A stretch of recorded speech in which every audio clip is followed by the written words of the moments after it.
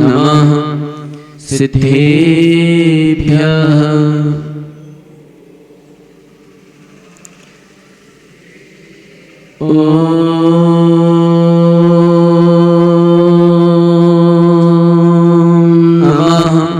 सिद्धेभ्यः।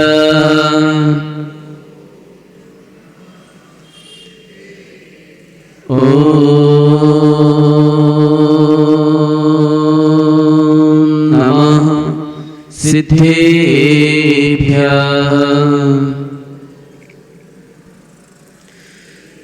जय मंगल भूताणं विमलाणं नर्दशनमयाणं तैलोसेहरणं नमोऽस्यासोऽसिद्धरणं गुरवः पान्तु नो नित्यं ज्ञानदर्शनायकः चारित्रार्णवगम्भीरः मोक्षमार्गोपदेशकः सरस्वती नमस्तुभ्यं वरदे कामरूपिणि प्रवचनारम्भं करिष्यामि सिद्धिर्भवतु मे सदा सिद्धिर्भवतु मे सदा सिद्धिर्भवतु मे सदा। बोले अनंत सिद्ध परमेष्टि भगवान की, बोले देवादिदेव श्री पार्श्वनाथ भगवान की, बोले देवादिदेव श्री महावीर भगवान की, परम पूजनीय संत श्रोमणी सूर्य गच्छाचार्य भगवान गुरुवर श्री विराग सागर जी गुरुदेव की, परम पूजनीय चरणाचार्य भगवान गुरुवर श्री विनम्र सागर जी गुरुदेव की, अहिंसामयी जैन धर्म की।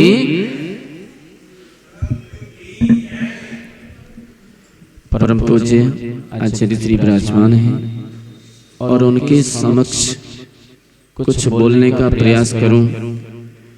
निश्चित रूप से हास्य का ही पात्र होंगे, लेकिन उनका आदेश, उनकी आज्ञा, उसी को सिरोधार्य करते हुए उनके चरणों में रह करके जो कुछ भी सीखा है उसी में से कुछ कहने का प्रयास करता हूँ। यदि अच्छा लगे तो उससे पूज्य गुरुदेव का समझना, खराब लगे हमारा समझ लेना। आचार्य कुंद कुंद भगवान कहते हैं कि शुद्ध परिच्छिदाणु भूया सपस्वी काम भोग बंध कहा स्वलंबो नवर्ण सुलहो बिहत्तस। अर्थात वे कहते हैं कि इस जीव के काम भोग बंध की कथाएं निरंतर सुनने में आई, परिचय में आई, अनुभव में आई, लेकिन एक आत्मा की कथा अभी तक ना तो सुनने में आई, ना परिचय में आई, ना अनुभव में आई।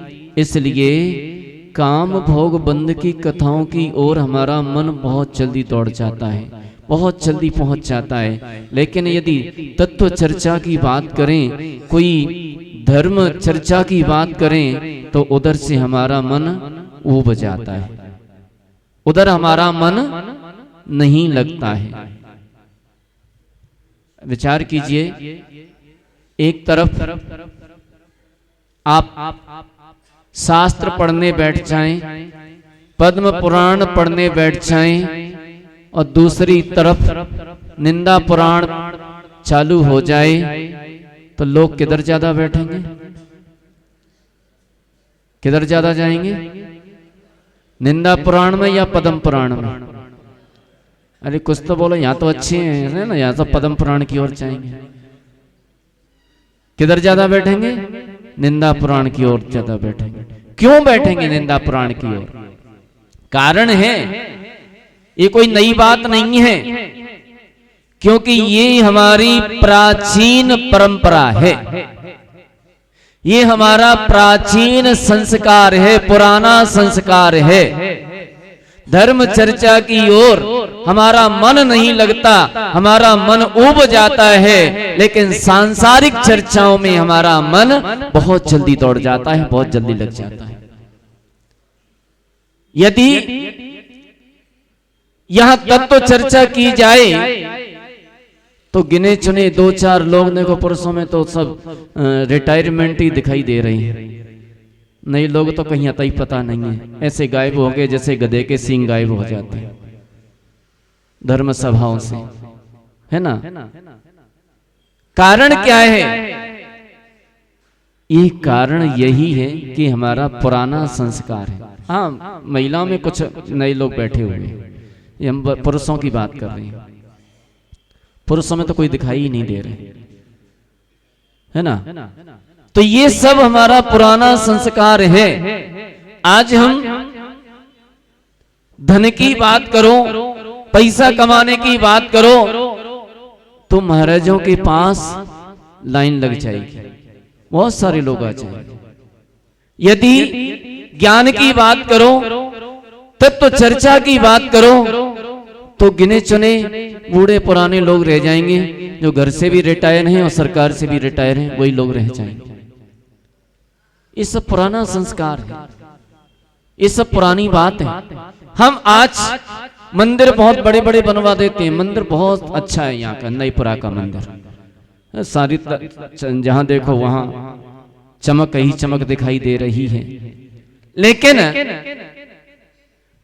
मंदिर बहुत अच्छा है, मंदिर पुराना है, प्रतिमा पुरानी है, भगवान अतिशयकारी है, सब कुछ अच्छा है, लेकिन भक्तों की चमक चली गई, भक्तों की चमक दिखाई नहीं दे रही है। क्यों नहीं दे रही है? क्योंकि भक्तों की चमक हमेशा नई युवा पीढ़ी से दिखाई दिया करती है, बूढ़े पुराने लोगों से कोई चमक दिखाई नहीं देती। मंदिर बना देते हैं, मंदिर बन जाते हैं, भगवान विराजमान हो जाते हैं, लेकिन भक्तों का अता पता नहीं है। इसलिए आज हमें आवश्यकता है, भगवान बनाने की आवश्यकता नहीं है। अब भगवान बहुत हैं, लेकिन हमें अब भक्त बनाने की आवश्यकता है। अब हमें युवा पीढ़ी में, बच्चों में संस्कार डालने की आवश्यकता है। यदि आपने संस्कार नहीं डाल पाए तो समझना कि ये मंदिर, इनमें, इन मंदिरों में कोई झाड़ू पोंछा लगाने वाला भी नहीं मिलेगा। कल के दिन इन भगवान का, इन प्रतिमाओं का कोई अभिषेक प्रक्षालन करने वाला भी नहीं मिलेगा। इसलिए हमें चिंता करना चाहिए, इसलिए हमें ये विचार करना चाहिए कि आज हमें बच्चों में, युवा पीढ़ी में जैसे बने तैसे संस्कार डालना चाहिए। पाठशाला चलती कि नहीं चलती? चलती है। कितने बच्चे पढ़ते हैं? कितने कितने समाज है यहाँ पर? 60-70 घर में 10 बच्चे पढ़ते हैं। 60 बच्चे क्या करते हैं? बोले टाइम ही नहीं है स्कूल से, कैसे पढ़े, है ना। ध्यान रखना, आज आपके पास टाइम नहीं है, दिलाओ बहुत अच्छी शिक्षा दिलाओ, जितनी दिलाना है दिलाओ। अगर उनके अंदर धार्मिक संस्कार नहीं पढ़ पाए, अगर उनके अंदर धर्म के संस्कार नहीं पढ़े, तो कोने में पड़े रहना, वो तुम्हें देखने भी नहीं आएंगे। अच्छी तरह से सुन ले। यदि हम आज इन बच्चों का हाथ पकड़ करके मंदिर लेकर के आते हैं, पाठशाला में लेकर के आते हैं, तो अध्यक्ष जी, अध्यक्ष कौन है? आप ही है ना? अच्छा, इधर है, इधर बैठे, हम तो आप ही को समझे थे। ये बिल्कुल मान के चलना कि अगर तुमने आज इन बच्चों को मंदिर में, पाठशाला में लेकर के नहीं आए, तो ये बच्चे तुम्हें आज यदि पाठशाला लेकर के आते हैं, मंदिर लेकर के आते हैं, तो वृद्धावस्था में ये बच्चे तुम्हें शिखर जी की, गिरनार जी की यात्रा हाथ पकड़ के करा देंगे। और आज अगर इनको पकड़ करके नहीं लाए, हाथ पकड़ के नहीं लाए, तो ये गिरनार जी की, सम्मेत शिखर की यात्रा नहीं कराएंगे, ये तुम्हें वृद्धाश्रम की यात्रा अवश्य करा देंगे। ये बात बिल्कुल मान के चलना पक्का। आज देख रहे हैं, विचार करो, तुम्हारा बच्चा पढ़ लिख गया, अच्छी शिक्षा दिला दी तुमने, बहुत अच्छी शिक्षा दिला दी, अब वो चला गया अमेरिका, और अमेरिका चला गया, अमेरिका में जॉब कर रहा है, और तुम्हें हार्ट अटैक हो गया, अब क्या करोगे? कितने घंटे बाद आएगा अमेरिका से? पता है कितने घंटे लगेंगे आने में? तब तक सड़ते रहे, कोई पूछने वाला नहीं, अड़ोसी पड़ोसी देखेंगे। इसलिए अच्छी तरह से समझ लो, अच्छी तरह से समझ लेना। उन्हें लौकिक शिक्षा दिलाने के साथ साथ में धार्मिक शिक्षा दिलाओ, मंदिर लेकर के आओ, पाठशाला लेकर के आओ, शास्त्र पढ़ाओ, ताकि उनमें ये संस्कार बना रहे। तो संस्कार खत्म हो जाएंगे। एक छोटी सी घटना बता देता हूं आपको। एक बार एक पिता ने अपने बच्चों को पाल पोस करके बड़ा किया, मजदूरी कर करके उसने बच्चों को पढ़ाया लिखाया और पढ़ा लिखा करके बड़ा कर दिया, उन्हें अच्छी शिक्षा दिलवाई, उच्च क्वालिटी की शिक्षा दिलवाई, और शिक्षा दिलवा करके बच्चे बड़े हो गए और जाकर के विदेश में रहने लगे, अमेरिका में रहने लगे। और एक दिन उनकी मां बीमार हो गई। तो मां बीमार हो गई तो मां समाचार गया कि तुम्हारी मां बीमार है। बोले अभी हमारे पास टाइम नहीं है, बाद में आएंगे। और धीरे धीरे मां उनकी चल बसी, मर गई। समाचार पहुंचा कि तुम्हारी मां खत्म हो गई है। तो दोनों भाई वहां रहते थे, दोनों भाइयों ने विचार किया, बोले कौन जाए, कैसे जाए। तो छोटा वाला आया, बड़ा नहीं आया। और छोटा वाला आया तो आकर के मां के दाह संस्कार में सम्मिलित तो नहीं हो पाया, बाद में आ पाया। तो बाद में उसके पिता ने पूछा, बेटा तुम्हारा बड़ा भाई नहीं आया?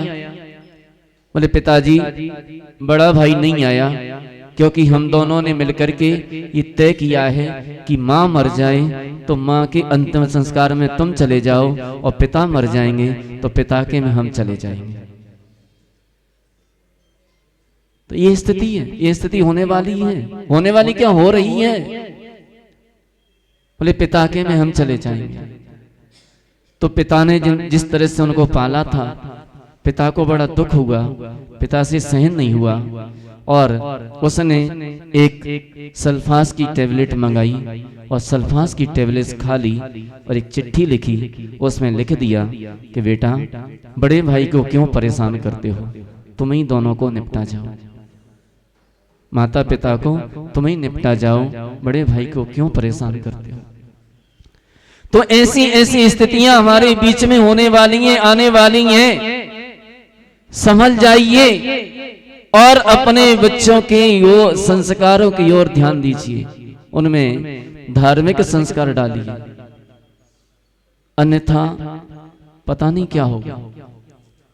आज हम सिर्फ धन के पीछे दौड़ रहे हैं, आज हम सिर्फ अर्थ के पीछे दौड़ रहे हैं। ये अर्थ युग है, इस अर्थ युग में सिर्फ हमें धन दिखाई दे रहा है, सिर्फ हमें पैसा दिखाई दे रहा है। संस्कार हो चाहे नहीं हो, मंदिर मिले चाहे नहीं मिले, धर्म छूटे तो छूट जाए, कोई फर्क नहीं पड़ता है। रात्रि में खाना पड़े तो खा लेंगे, कोई फर्क नहीं पड़ता है। लेकिन आप तो ये बताओ पैसा कैसे आए, धन कैसे आए। मात्र हमारी धन के पीछे दौड़ है, धन के पीछे दौड़ रही है। हमारा सुख क्या है जीवन में, हम संतान का सुख क्या भोग पा रहे हैं, इसकी हमें कोई परवाह नहीं है।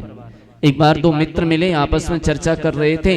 बोले तुम्हारा बेटा कहाँ रहता है? बोले हमारा बेटा अमेरिका में रहता है। बोले कितना मिलता है? बोले 30 लाख का पैकेज है। बोले घर पे क्या कब आता है? बोले 2, 3, 4 साल में आ जाता है। तो दूसरे मित्र ने पूछा, बोले तुम्हारा बेटा कहाँ रहता है? तुम्हारा बेटा क्या करता है? बोले मेरा बेटा दिल्ली में रहता है, मेरे साथ में रहता है। कितना मिलता है? बोले 1 लाख कमाता है, लेकिन शाम को और सुबह मेरे साथ भोजन करता है। बताइए किसको ज्यादा सुख है? पैसा तो 30 लाख मिल रहा है, उसको तो 1 ही लाख कमा रहा है,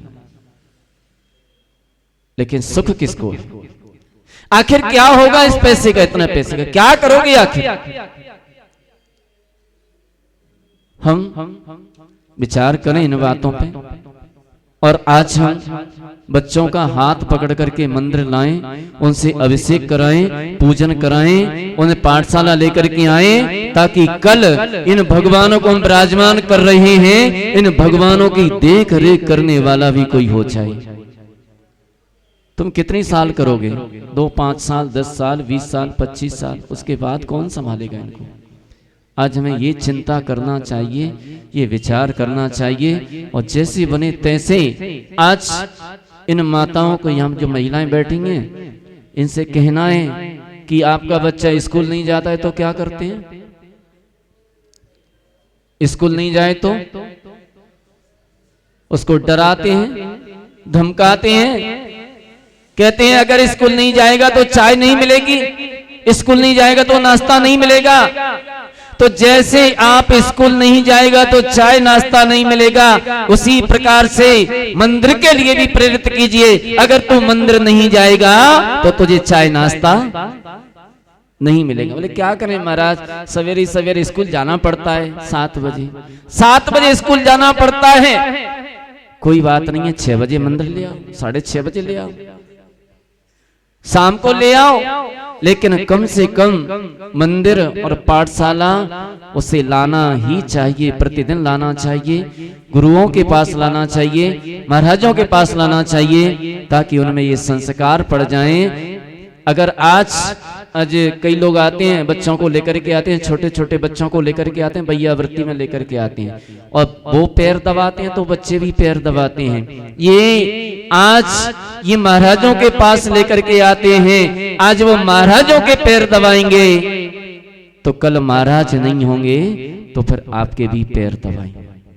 अगर आज तुम लेकर के नहीं आए तो महाराजों के पैर नहीं दबाएंगे तो कल आपके भी पैर नहीं दबाएंगे। इसलिए वैया वृत्ति में बहुत सारे लोग आते हैं, अपने बच्चों को लेकर के आते हैं, और बच्चे, क्योंकि बच्चे तो गीली मिट्टी है, बच्चे क्या है? गीली मिट्टी है। और गीली मिट्टी जो कुम्हार होता है, जब गीली मिट्टी कर लेता है तो उस गीली मिट्टी को जैसा आकार देना चाहे वैसा आकार दे सकता है। वह उस मिट्टी से घड़ा भी बना सकता है, वह उस मिट्टी से सुराई भी बना सकता है, वह उस मिट्टी से कुल्हड़ भी बना सकता है, वह उस मिट्टी से कुछ भी बना सकता है, जैसा आकार देना चाहे वैसा दे सकता है। ठीक इसी प्रकार से ये बच्चे भी हमारी गीली मिट्टी होते हैं। इन बच्चों को हम चाहे जो बना सकते हैं, इन बच्चों को चाहे हम रावण भी बना सकते हैं, कंस भी बना सकते हैं, और इन बच्चों को हम महावीर भी बना सकते हैं। इन बच्चों को आचार्य विद्यासागर, आचार्य विराग सागर, विनम्र सागर जी जैसे संत भी बना सकते हैं। ये सब हमारे हाथ में है, ये सब हमारे पास है, क्योंकि बच्चे गीली मिट्टी के समान होते हैं। हम उनमें जैसा आकार देना चाहें, जैसा उन्हें बनाना चाहें वैसा बना सकते हैं। एक बार एक बच्चा स्कूल से पेंसिल चुरा करके ले आता है, और स्कूल से पेंसिल चुरा करके लाता है, माँ उसकी पीठ थपथपा देती है, बड़ी शाबाशी देती है। बच्चा दूसरे दिन किताब चुरा करके ले आता है, कॉपी चुरा करके ले आता है, माँ फिर उसे शाबाशी देती है। बच्चा किताब चुरा करके ले आता है, माँ उसे फिर शाबाशी देती है, और धीरे धीरे चोरी करने लगता है, बड़ी बड़ी चोरियां करने लगता है, डाका डालने लगता है, और डांका डालते डालते एक दिन पकड़ा जाता है और पकड़ करके उसको फांसी की सजा होती है। और जब फांसी पे चढ़ाते हैं तो ये पूछा जाता है तेरी अंतिम इच्छा क्या है। तो जब अंतिम इच्छा पूछी गई, बोले तेरी अंतिम इच्छा क्या है, तो उसने कहा मुझे अपनी माँ से मिलना है, एक बार मुझे माँ से मिला दीजिए। तो जैसे उसकी माँ को मिलाया, तो जैसे उसके माँ सामने जाती है, उसका गला पकड़ लेता है और कहता है माँ, आज अगर मुझे फांसी हो रही है तो सिर्फ किसके कारण हो रही है? तेरे कारण हो रही है। जिस दिन मैं पेंसिल चुरा करके लाया था, अगर उस दिन तू मेरे गाल पर तो थप्पड़ लगा देती, तो आज मुझे इस फांसी के फंदे पर नहीं चढ़ना पड़ता। उस दिन तूने मेरी पीठ थपथपा दी, मुझे शाबाशी दे दी, मैं बड़ा चोर बन गया, डाकू बन गया, बड़े बड़े डांके डालने लगा। आज मुझे फांसी हो रही है तो तेरे कारण हो रही है। तो माओ अच्छी तरह से समझ लेना, जितनी माताएं बैठी, हमें संस्कार डाल। आप छोटे छोटे बच्चे होते हैं और छोटे छोटे बच्चों के सामने जब आप मोबाइल चलाती हैं तो बताइए बच्चों में क्या असर पड़ेगा। जब आप उनमें कई प्रकार के चित्र देखते हैं तो विचार कीजिए बच्चों पर क्या असर पड़ेगा। विचार कीजिए, सोचिए। छोटे छोटे बच्चों को मोबाइल पकड़ा देते हैं और खाना, बोले बच्चा खाना नहीं खाता है बिना मोबाइल के। आपको पता है आपने खाना खाते समय उसको मोबाइल पकड़ा दिया है, यूं मान के चलिए कि आपने उसके हाथ में स्लो पॉइजन पकड़ा दिया है। ये बिल्कुल मान के चलिए, क्योंकि जो मोबाइल से जो किरणें निकलती हैं वो किरणें भोजन के साथ में मिल जाती हैं, उसके पेट में जाती हैं, कई प्रकार की बीमारियां पैदा कर देती हैं। इसलिए भोजन करते समय टीवी और मोबाइल बिल्कुल नहीं देखना चाहिए। हाँ, एक बच्ची बैठी वगैरह इधर झांक रही, बोले क्या कह रहे हैं महाराज, सही कह रही, वो इधर उधर देख रही। खाना खाते समय टीवी और मोबाइल नहीं देखना चाहिए, क्योंकि अगर टीवी मोबाइल खाना खाते समय देखते हो, उसमें से निकलने वाली किरणें उस भोजन के साथ में चली जाती हैं, वो कई प्रकार की हमारे शरीर में बीमारियां पैदा कर देती हैं। ध्यान रखना, अच्छी तरह से सुन ले। इसलिए माताओं, मोबाइल कम से कम चलाओ, वो सरकाने वाला छोड़ दो, वो वाला ले लो, कान से लगाओ, सुनो, बस छुट्टी करो। अगर बच्चों को अच्छी तरह से पालना है तो उनके जीवन में, अगर उनका जीवन उज्जवल बनाना है तो, उनका भविष्य उज्जवल बनाना है तो, अगर उनके जीवन में जहर घोलना है तो आप जो कुछ भी करना है वो करो। अच्छी तरह से समझ लें। खाना खाते समय मोबाइल टीवी बिल्कुल बंद कर देना, चाहे आप खाओ चाहे बच्चों को खिलाओ। तो ये हमारी ये संस्कृति बन गई, ये हमारी जो परंपरा की। इसलिए हमें अपने बच्चों का भविष्य उज्जवल बनाना है। अब आप देखो 2-2 साल के 3-3 साल के बच्चा, छोटे छोटे बच्चे, और उनकी आंखों पर 3-3 नंबर का चश्मा चढ़ जाता है। 2-2 साल के 3-3 साल के बच्चे, और ये 10-12 साल के होंगे तब तक कितना मोटा हो जाएगा, 10-12 नंबर का हो जाएगा। और आगे कितना बढ़ जाएगा, आगे चश्मा की भी कोई सीमा है, वो भी कितना बढ़ेगा। आखिरकार ये 20, 25, 30 साल के होंगे तब तक इनके जीवन में अंधकार फैल जाएगा। इसका कारण क्या है पता है? इसका कारण है, सबसे बड़ा कारण है मोबाइल, लैपटॉप और ये टीवी। अब उसी से पढ़ाई होती है।